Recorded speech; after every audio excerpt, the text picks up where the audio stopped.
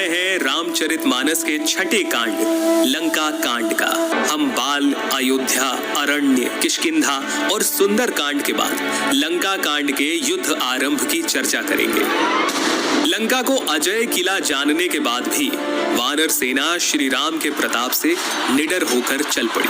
चारों तरफ श्री राम जी की जय, लक्ष्मण जी की जय, वानर राज सुग्रीव की जय, ऐसी गर्जना होने लगी। सबसे पहले लक्ष्मण और मेघनाद के बीच में भयंकर युद्ध होता है। तब मेघनाद वीर घातनी शक्ति चलाता है जिससे लक्ष्मण जी मूर्छित हो जाते हैं। लंका के वैद्य सुषेण ने बचाव का एक ही उपाय बताया, संजीवनी बूटी। हनुमान जी संजीवनी लाकर लक्ष्मण जी को मूर्छा से वापस जगाते हैं और दूसरी तरफ रावण अपने भाई कुंभकर्ण को उठाकर सारी बात बताता है। अरे मूर्ख, जगत जननी जानकी को लाकर अब तू कल्याण चाहता है। अब आकर मुझे क्यों जगाया? हे तात, अब भी अभिमान छोड़कर श्री राम जी को भजो तो कल्याण होगा।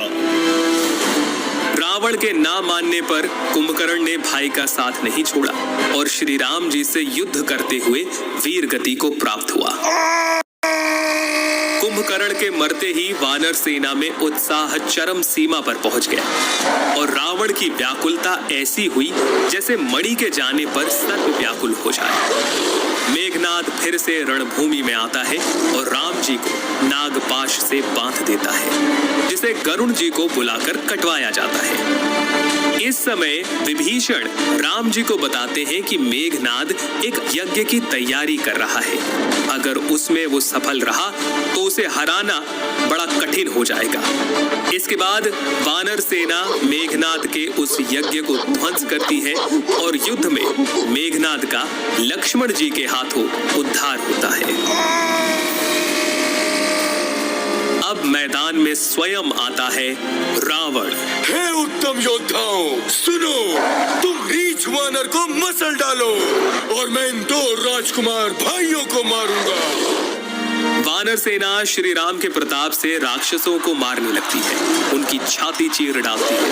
अंतड़ियां निकालकर गले में डाले वो वानर ऐसे दिखाई पड़ते हैं जैसे नरसिंह भगवान अनेकों शरीर धारण करके युद्ध में क्रीड़ा कर रहे हो। इसके बाद पहले लक्ष्मण और रावण में युद्ध हुआ।